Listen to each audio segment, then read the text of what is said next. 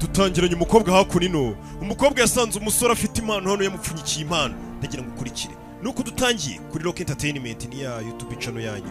Wibutsa nimba utarakora subscribe kandi subscribe dukomezanye. Share, like, comment dukomeza dutwika. Bimeze bite? Umukobwa yageze hano disi asanga umuhungu yamuguriye isakoshi. Ifunyitse. Uzi ukuri no sakoshi nari nyirwayo n'umukobwa. Sheri mba nifuza kutunga ikintu cyose ukeneye mu buzima n'ubuhungu. Kumwe wumva sheri wawe nta kintu kimutamukorera. Buretse. Iki ni gicyo wanguriye. Umukobwa arebye isakoshi arumirwa. Iyi marike bayita Kate Spade. I can't be caught wearing. Iki gisakoshi marike ni y'abaturage iyi ntago nayitwara. I told you I wanted Louis V. Je nakubwiye ko isakoshi itari Louis Vuitton cyangwa indi brand izwi isakoshi ntago nayemera nyagasani. I know, but ndabizi Bella. Things are pretty. Ariko ibintu ntago bimeze neza muri iyi minsi. Ndagusezeranya. Urabizi mfite igitekerezo na business natangiye. Nibigenda neza business yanjye itangiye gutera imbere ntagiye kubona amafaranga. Nzajya nkugurira ikintu cyose wifuza mu buzima. Niko umusore yabwiye umukobwa. Kandi nyizereramo wumve ko business yanjye izakunda.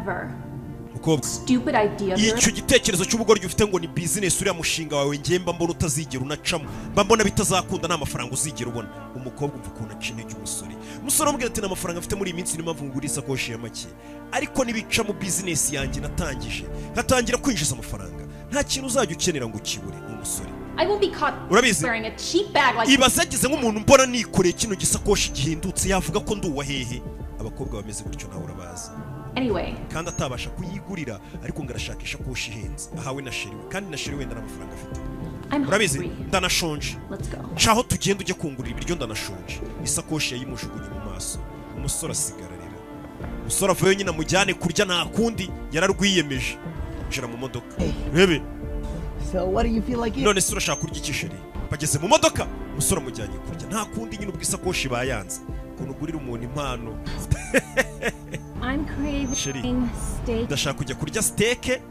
Ngurire n'akawayini nywe ahantu hameze neza. Umusore. Sheri. Varo nkubwire.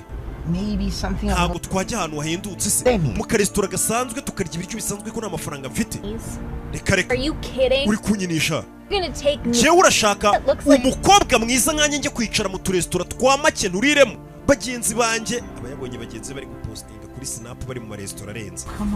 Fasheri umusore kwatsa imodoka nayo yanga kwaka.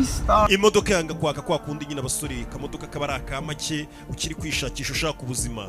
Waraguza akantu ka make nyine gahora kagupfiraho kugira ngo ube widepurasa muri Kigali uhiga ubuzima. Nanone birongeye. Ese ubundi uyu mwanda w'imodoka wazawujugunyuka kuri indi modoka. Umva umukobwa amagambo babwira sheri. Bella, I'm telling you. Umva Bella. Reka business yanjye nibwiri gutangira. Nibigenda neza nzajya nkujyana ahantu hose ushaka nzajya ngukorera icyo ushaka cyose n'umusore arabwira sheri we. How many times do I have to tell you? Ese nzakubwira ryari?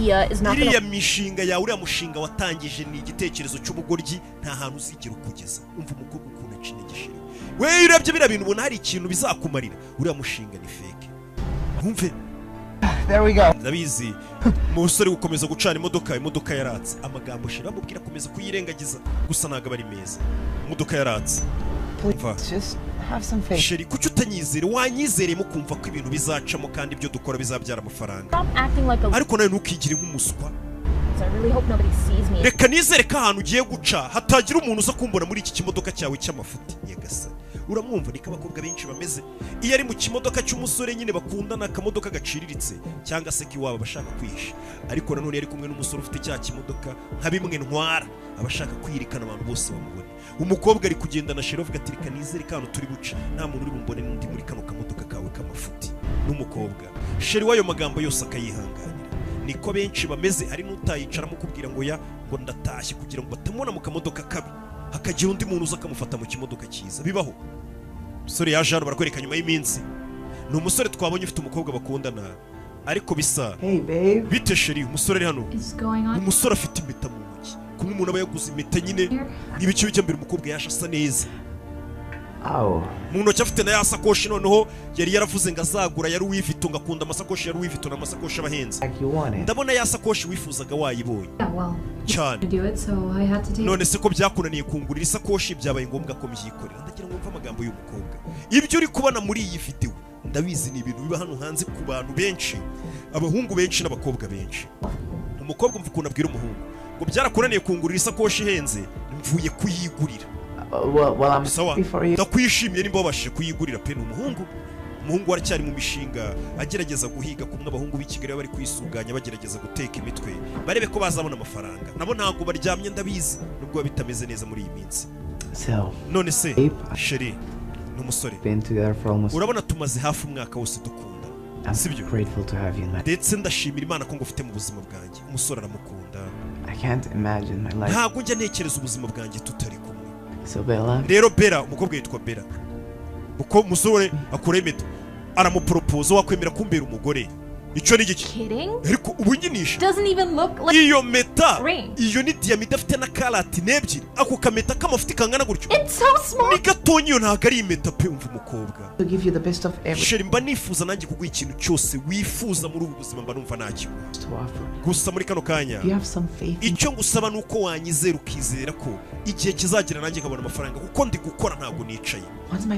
business yanjye natangije cyangwa se umushinga natangije nugenda neza nzakugurira ibuye ry'agaciro ryose wifuza basi dusimbuze mu mpeta ya make nguze umva reka ngusobanurire neza ubundi ikintu cya mbere ubanza ugishyire no mu mutwe ucyumve neza wa muhungu umukobwa biriya wita ngo ni business watangiye nta hantu bizigera bigera uriya mushinga wawe ni amafuti nta hantu uzigera ukugeza kubw'iyo mpamvu nta nubwo nakwemera kukubera umugore kuko wapi ariko ibaze yagize nk'umuntu mbona nambaye iyo mpeta ku kiganza cyanjye bavuga ngo iki mu rugo bavuga ngo iki inshuti zavuga ngo iki yagize nk'umuntu mbona nambaye iyo mpeta ihendutse gutya iciriritse abakobwa benshi uzarebe iyo mugenzi wabo bamutera ivi baza bafata impeta bareka turebe bayibarira agaciro nyine iyo babonye ari agaciro ka feke baguca amazi nyine barabikwereka iyo babonye ihenze nabwo uzabire barabipostinga ukabona ko hahiye urabizi Estefan was right. Estefani yanambwira gukuri Never gonna change. Koko ntabwo uzigira uhinduka. Estefani ni ndetse kandi none utangiye kumbwira sheri. Ni umuhungu dusigaye duhura muri iyi minsi dusigaye tubonana turashize. N'umukobwa. Seriously think I was gonna wait around? Ese wakekaga ko nzategereza nkicara the things that I really want. Kugeza igihe cyose ngategereza kugeza igihe uzatangira kujyungurira icyo nyeneye. Reka ntabwo nari kugutegereza. Ntabwo abakobwa bafite umwanya wo kugutegereza. Kuko abahungu benshi bangana n'abo bakobwa ubusanga abahungu bakirangiza ubusegonderi ubukaminuza bari kwishaka n'amafaranga barabona kandi uwo mukobwa abashobora guhura n'umugabo umugurira ikintu cyose akeneye ntabwo ngo rero abenshi bafite ubushobozi bwo gutegereza kugeza igihe wewe ngo wowe bakundana uzamugurira icyo ashaka umukobwa nibyo avugana ati wewe wumvaga nzagutegereza kugeza igihe uzangurira ikintu cyose nshaka ese ubundi ukeka ko isakoshi mfite yari uwifite nayiguriwe nande kutabimbajije ntabwo ndi kubyumva ariko sheri wanyizeye ko kukumva ko ibintu bizagenda neza oya ngiye turarangizanyije njyewe nkeneye umugabo nyamugabo apana nkawe udafite icyo wimariye nkeneye umugabo nyamugabo uzajya umuco nkeneye cyose wumvisha umuntu baba bakeneye ntabwo bakeneye uwo bakunda cyangwa ubakunda bakeneye ngo umuntu uzajya umuha icyo akeneye cyose uwo niwe mugabo nyine bita umugabo ngo nkeneye umugabo uzajya umuco nkeneye cyose ahubwo reka nkwifuriza amahirwe muri ako gashinga n'aka business kawe watangije reka turebe ko hari icyo kazakumarira gusa mbona uwo mushinga wawe ntaho uzakugeza buriya umuntu ari gutangira kenshi abona ibintu bye nta hantu bizagera uwo musore John yarababaye cyane uwo munsi ubwo umukobwa yamusigaga umukobwa yahise ajya kwikundanira n'umugabo bitaga Estefani bagirana ibihe byiza barakundana uwo mugabo akajya agurira umukobwa icyo akeneye cyose byibura umukobwa noneho yabonye umugabo w'umunyamafaranga uzajya umugurira impano yose akeneye umuha icyo ashaka cyose ufite amafaranga yose ku buryo umukobwa nta kintu yigeze abura wa muhungu bari baranze John we aho yarari yaragiye arababazwa nuko umukobwa bakundanaga yamwanze ariko nanone ngo amaze kwicwa n'agahinda bimuha umwanya wo kwitekerezaho atangira no gufokasinga cyangwa se kwibanda ku kazi ke no kugatekerezaho aragenda noza wa mushinga we yakoraga aragenda atangira gukora ya business yayitaho ayiha umwanya we wose muri iyo minsi John ari gukora kuri wa mushinga we yaje guhura n'umukobwa waje kumwizera yizera ko nyine ibintu byose bishoboka umukobwa mukundira uko ari atamukurikiyeho amafaranga cyangwa atamukeneyeho impano n'imwe John ngo yihuriye n'undi mukobwa mu gihe wa mukobwa wari waramanze witwa Bella umunsi umwe yaje gusura wa musore yari yarasanze ngo w'umukire bita Estefani ahageze asanga Stefan ari kumwe n'abandi bakobwa nabo bari kubagurira impano. Burya ntago ari we bikorera gusa n'umunyamafaranga atereta abakobwa benshi abagurira impano nyinshi. Umukobwa mbere ngo yarahageze asanga wa mugabo Stefan ari guha impano abandi bakobwa bagurira ibintu bihenze. Another girl. Katurore. Life started. Umukobwa ubuzima bwe bwahindutse bubu uwo munsi abonye ko umusore yari yarahungiye azi ngo ni umukire uzajya umwitaho. Burya ari umuhehesi n'abandi bakobwa ibyo amukorera bibakorera. While John's started. Mu gihe umukobwa we byasaga nk'ibiri kwanga urukundo rwe rwanze n'umuhungu wajya kumuha amafaranga bashwanye, wa musore yanze John yari amaze kubona undi mukobwa none umukunda umwizereramo umukundira uko ari, wamukundiye ko ari umusore basi ugerageza no gukora ufite ibitekerezo utari umunebwe uvuga ati ngiye mfite icyizere ko business mura bizacamo, amukundira ko ari umuntu basi muzima umukunda. Umusore wacu ngo John ubuzima bwe bwari butangiye kugenda busa nk'ubumera neza kurushaho, ndetse na ya business wa mushinga yari yaratangiye nyuma y'igihe ngo business yaragiye irafata amafaranga atangira kuboneka ari isuka muri ya business ye. They happened to run in. Paka umunsi umwe noneho nyuma y'imyaka mike dore ngo baraza guhura. Wa mukobwa wacu Bera wanze umusore, umukobwa ari mu nzira agenda yabonye wa mugabo yanze John. Barawi bite Bera umusore asigaye asa neza agakaruvata agashati ubona ko gahenze hari yashize iki. You look amazing. Umva umukobwa sheri ko mbona usa neza uratangaje pe. Yongeye kubona wa musore yacaga amazi ngo ni umukene, bakubitanye umusore asa neza ameze neza cyane.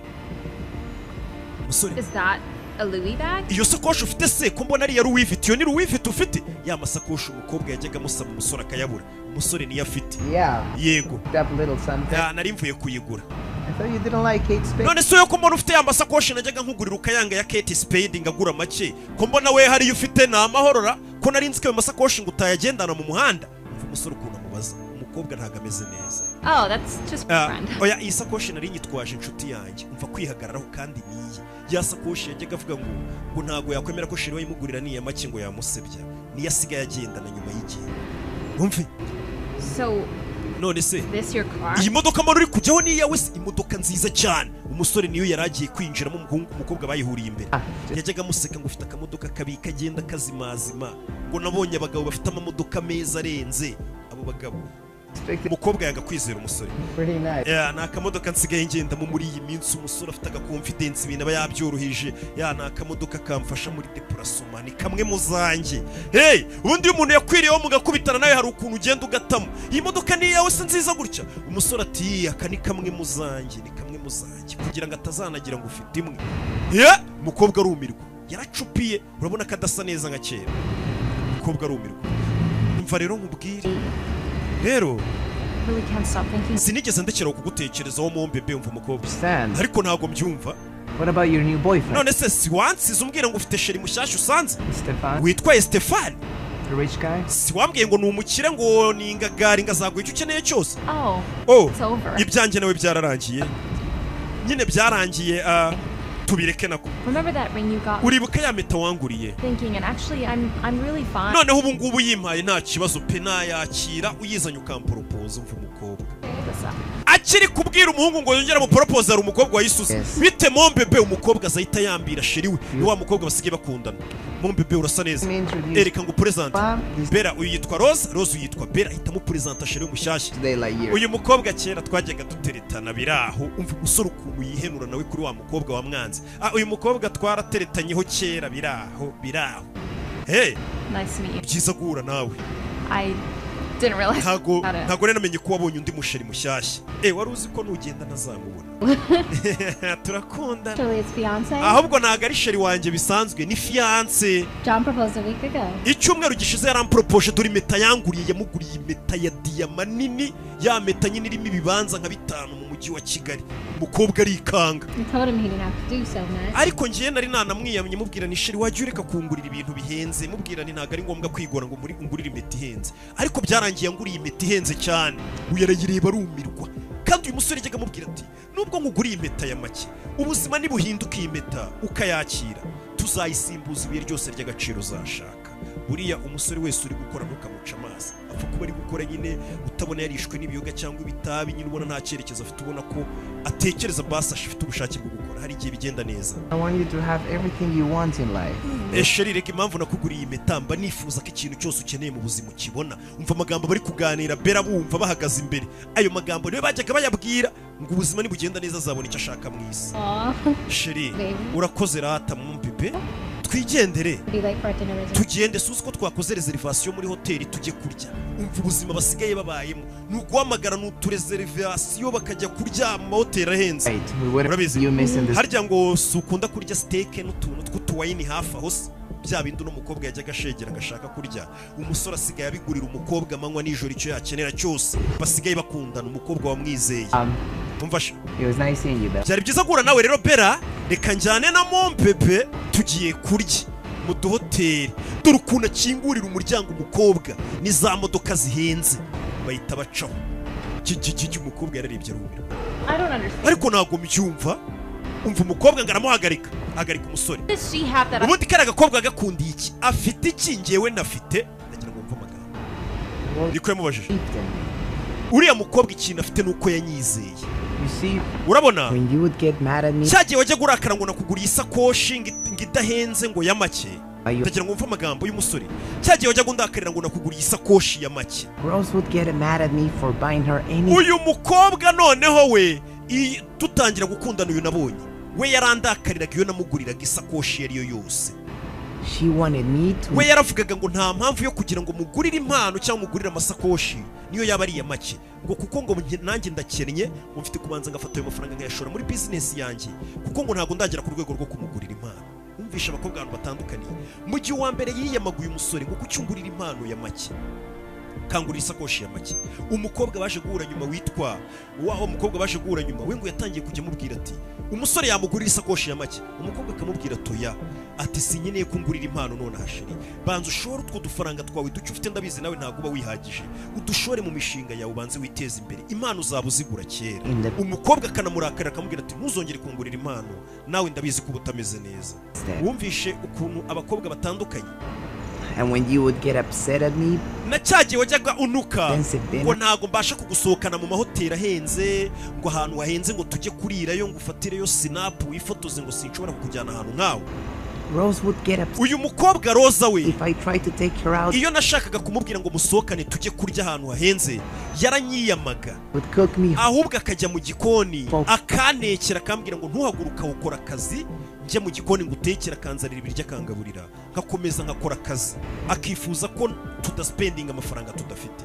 And when you left me, noneho ubwo wansigaga ngo ntago nabasha kukugurira impeta ya diyama ihenze cyane, uriya mukobwa yangumye hafi arihangana arambwira ati weho nyambika impeta yose ushaka upfa kuzagumana nanjye kugeza igihe cyose uzashakira kungurira indi mpeta.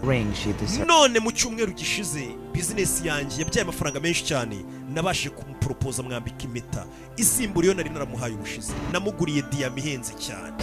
Urabona uriya mukobwa yaranyizeye, anyizera nta kintu na kimwe mfite. Umvisha amagambo y'umusore ari kubwira uyu mukobwa ahantu batandukaniye n'uyu yashatse mushyashya.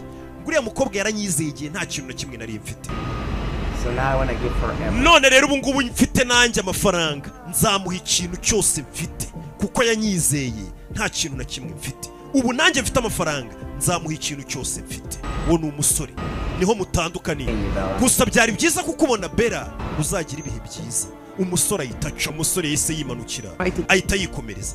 Nakubwiye ngo ubuzima bw'abakobwa benshi n'abasore i Kigali usanga ari uko bimeze. Buriya umuntu utakwizerera mudafite amafaranga kandi umwereka ko nawe uri umuntu w'umugabo, uwo muntu ntabwo ubundi muba mukwiye kuba muri kumwe. Nta n'impamvu yo gukomeza umwingingo ukomeza ubimwumvisha ngo bizagenda neza. Ubu ukeneye umuntu kwizereramo, akizerera mu cyerekezo ufite akavuga ati kuko bizacamo, uwo niwe uba ugukunda bya nyabyo. Nawe wa wundi uvuga ngo uyu musore utagutunga utaguha ibi n'ibi muri kano kanya, uwo n'ubundi naho yajya hose ntabwo bizakunda. Ciao ciao, reka mbabwire ngo ukeneye inkuru nk'izi n'utundi tuntu tw'ubwenge mujye mutwandikira ibyo twababwiraho. Byagusaba gukora subscribe ukajya unasharinga ugaha n'abandi bantu, cyangwa muri comment ukatubwira uko ubyumva.